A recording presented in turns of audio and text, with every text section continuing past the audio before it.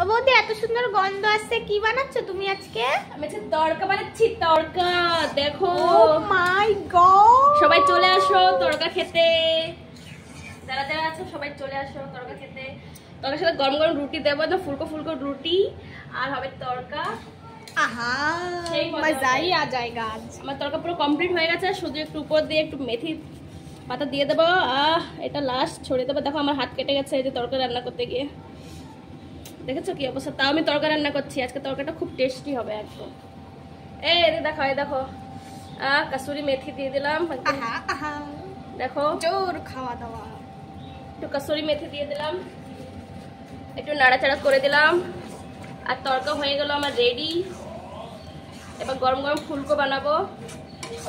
তারপরে তোমরা সবাই আবার বলছিস, তোমরা সবাই চলে আসো, লোভ দিও না, দূরের থেকে লোভ দিও না, কাছে এসে খেয়ে যাও, ঠিক আছে?